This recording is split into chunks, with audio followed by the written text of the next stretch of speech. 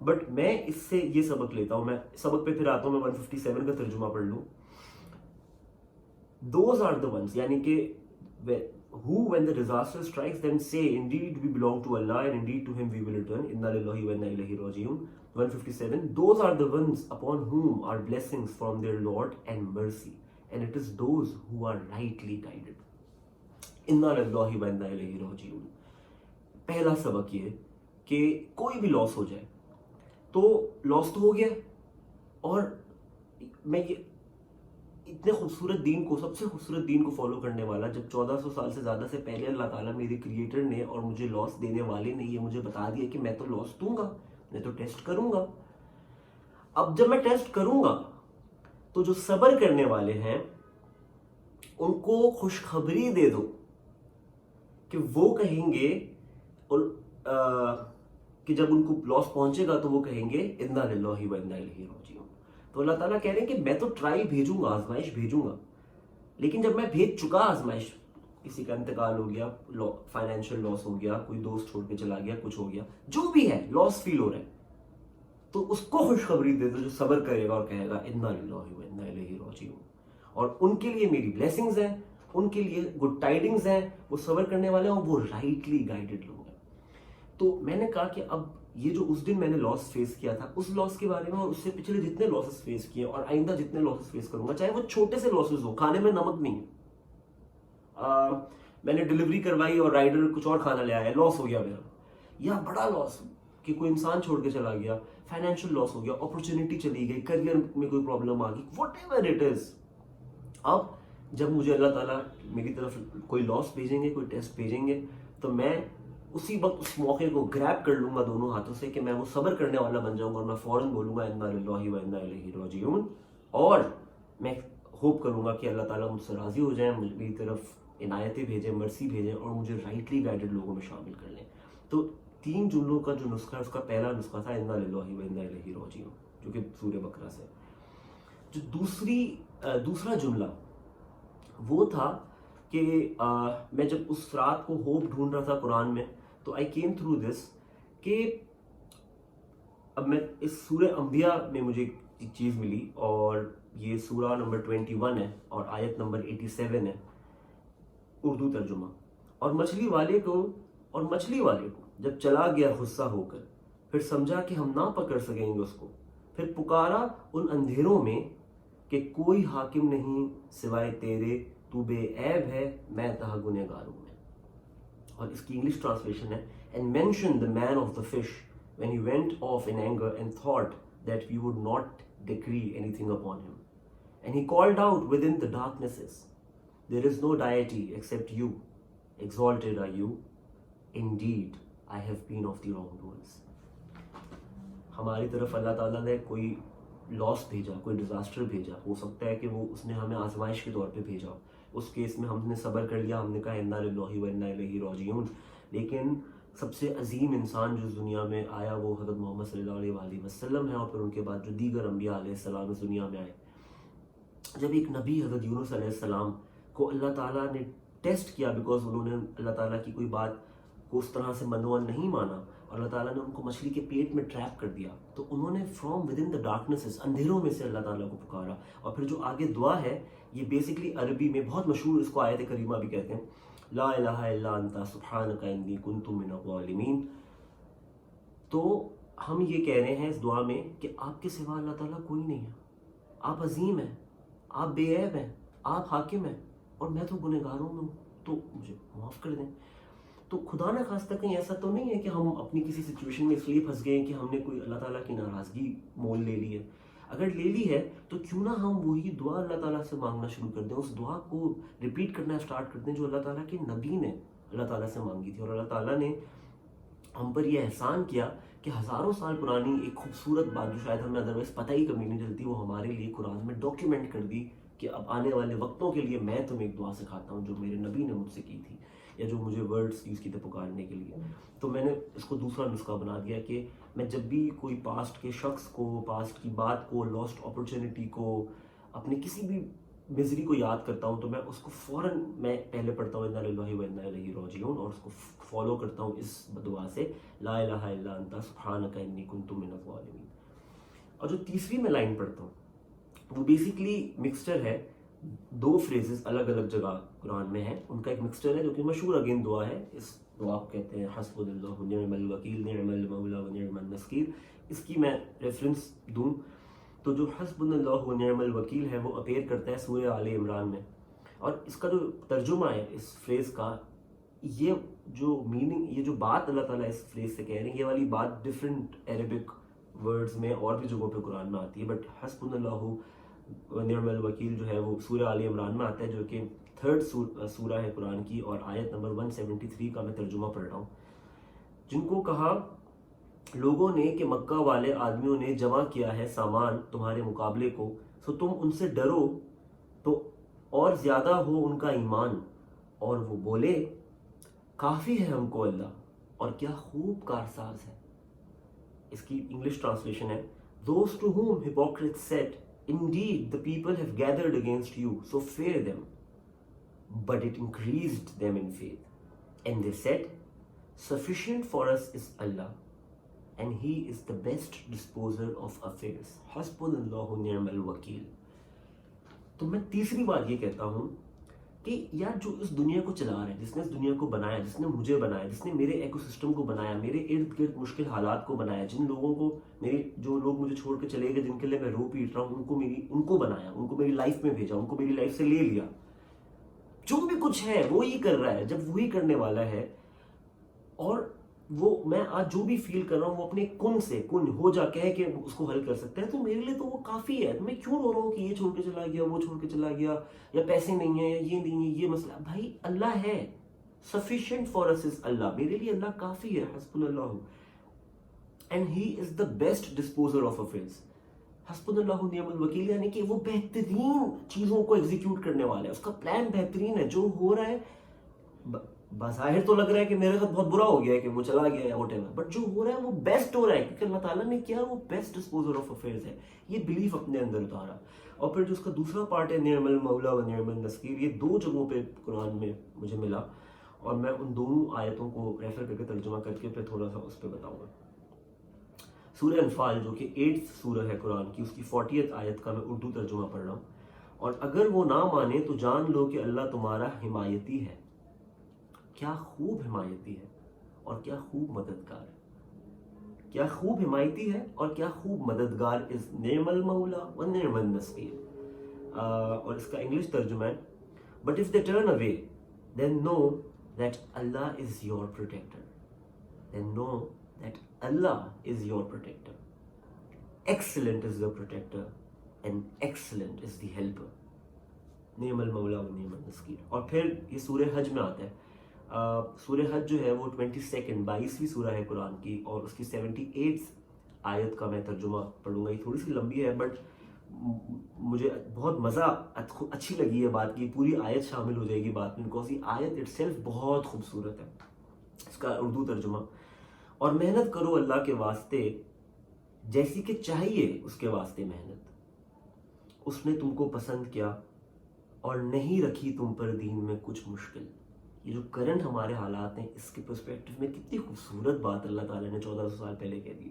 اور نہیں رکھی تم پر دین میں کچھ مشکل، دین تمہارے باپ ابراہیم کا، اسی نے نام رکھا تمہارا مسلمان پہلے سے اور اس قرآن میں، تاکہ رسول ہو بتانے والا تم پر اور تم ہو بتانے والے لوگوں پر.